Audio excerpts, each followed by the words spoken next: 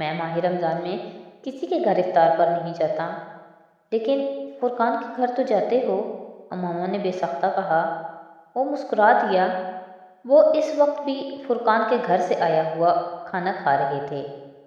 میں فرقان کے گھر ماہ رمضان سے پہلے بھی کھانا کھاتا رہا ہوں، اور اگر وہ مجھے افطار یا ڈنر کے لیے بلاتا ہے تو کھانے میں کوئی اہتمام نہیں کرتا۔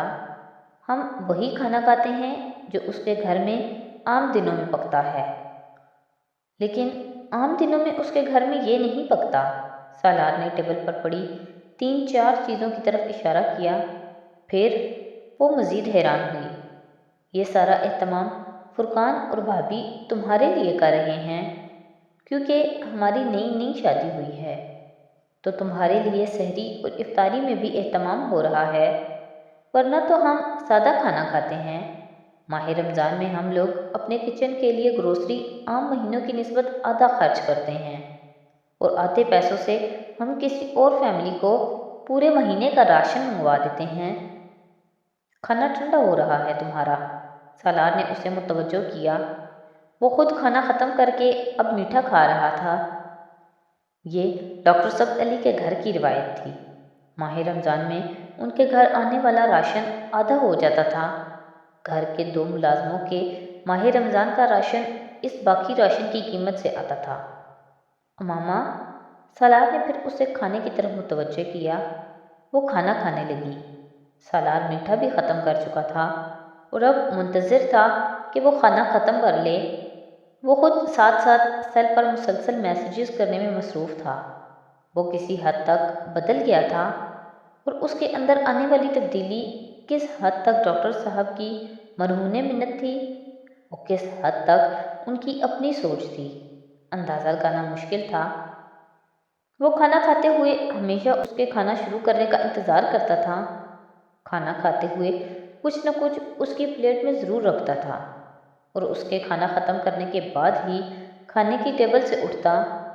وہ یہ باتیں نوٹس نہیں کرنا چاہتی تھی، لیکن وہ یہ نوٹس کیے بغیر بھی نہیں رہ سکتی تھی۔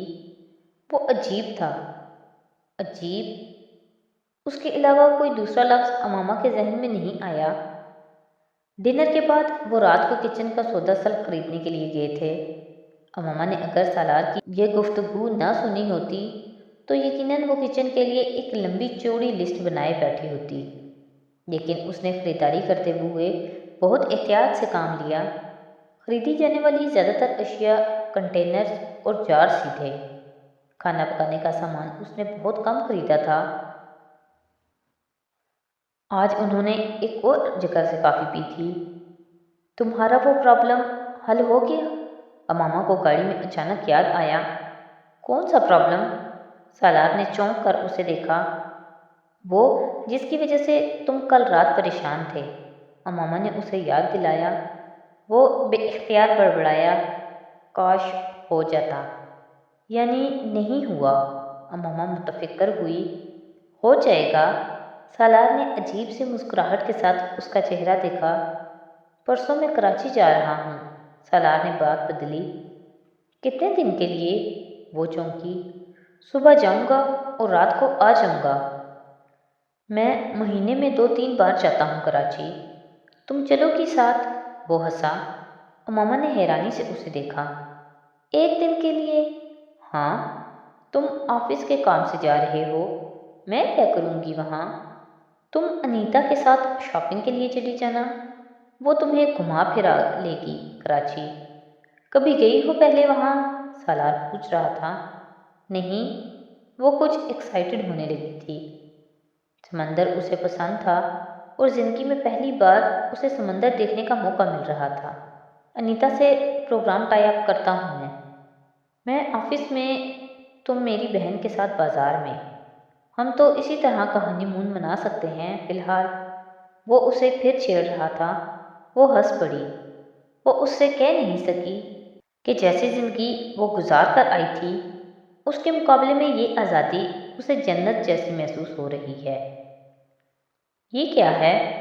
وہ خریدا ہوا سودا سلف جارز اور کنٹینرز میں ڈالنے میں مصروف تھی جب سالار اپنے اسٹڈی روم سے ایک لفافہ لے کر کچن ایریا میں آیا۔ اس میں تمہاری چیک بک ہے، سالار نے اسے بتایا اور لفافہ کاؤنٹر پر رکھ کر چلا گیا۔ ماما نے لفافہ کھول کر اندر موجود چیک بک نکالی، اس کے ساتھ ایک پے سلپ بھی نکل آئی۔ وہ 30 لاکھ کی تھی۔ ماما کو لگا کہ اسے کچھ غلط فہمی ہوئی ہے۔ اس نے سلپ کو دوبارہ دیکھا، وہ واقعی 30 لاکھ ہی کی تھی۔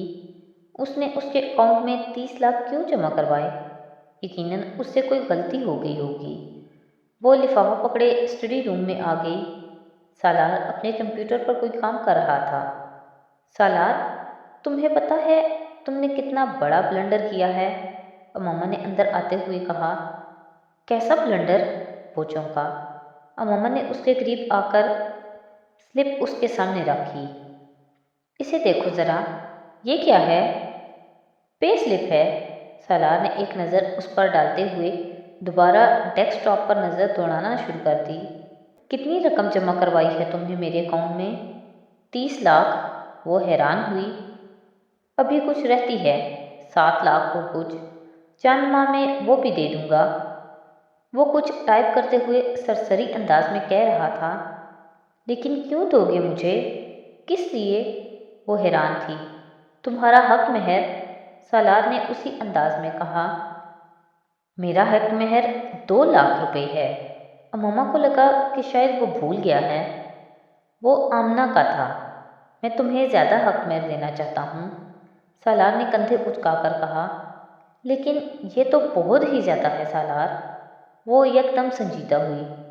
تم سے کس نے کہا مجھے اتنی رقم دو؟ تم نے خود مجھے لکھ کر دی تھی یہ رقم۔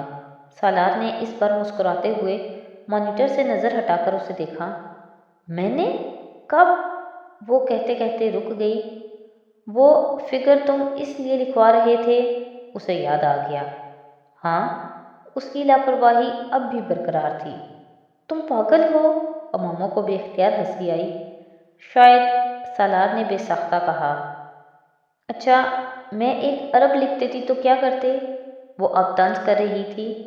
تو 1 ارب بھی دے دیتا۔ کیا فیاضی تھی! کہاں سے دیتے؟ فراڈ کرتے؟ وہ بے ساختہ ناراض ہوئی۔ کیوں کرتا؟ کما کر دیتا۔ سالار نے اس کی بات کا برا مانا۔ ساری عمر کماتے ہی رہتے پھر۔ اچھا ہوتا، ساری عمر تمہارا قرض دار رہتا۔ واقعی اچھا ہوتا۔ تو 1 ارب چاہیے کیا؟ وہ تھیکی مسکراہٹ کے ساتھ کہہ رہا تھا۔ ماما کو کئی سال پہلے والے سالار کی جھلک نظر آئی۔ کیوں دے رہے ہو؟ اس نے سنجیدگی سے کچھ دیر اسے دیکھ کر کہا۔ بیوی ہو تم، اس لیے۔ اتنے پیسے کہاں سے آئے تمہارے پاس؟ ماما، میری سیونگ ہیں یہ، سالار نے بے حد تحمل سے کہا۔ سیونگز ہیں تو مجھے کیوں دے رہے ہو؟ وہ کچھ خفا ہوئی۔ میرا دل چاہتا ہے میں تمہیں دوں۔ اگر یہ پوری دنیا میری ہوتی تو میں یہ ساری دنیا تمہیں دے دیتا۔ میں کما رہا ہوں اور روپیہ آ جائے گا میرے پاس، مجھے اس سے کوئی فرق نہیں پڑتا۔ کیا شاہانہ انداز تھا۔ تو آج کے ایپیسوڈ یہیں پہ ختم کرتے ہیں۔ نیکسٹ ایپیسوڈ کے ساتھ کل پھر حاضر ہوں گے۔ تو اگر آپ کو میری ویڈیوز اچھی لگ رہی ہیں تو پلیز میری ویڈیوز کو لائک کریں، میرے چینل کو سبسکرائب کریں اور اپنے فیملی اور فرینڈ کے ساتھ شیئر کریں۔ بہت شکریہ۔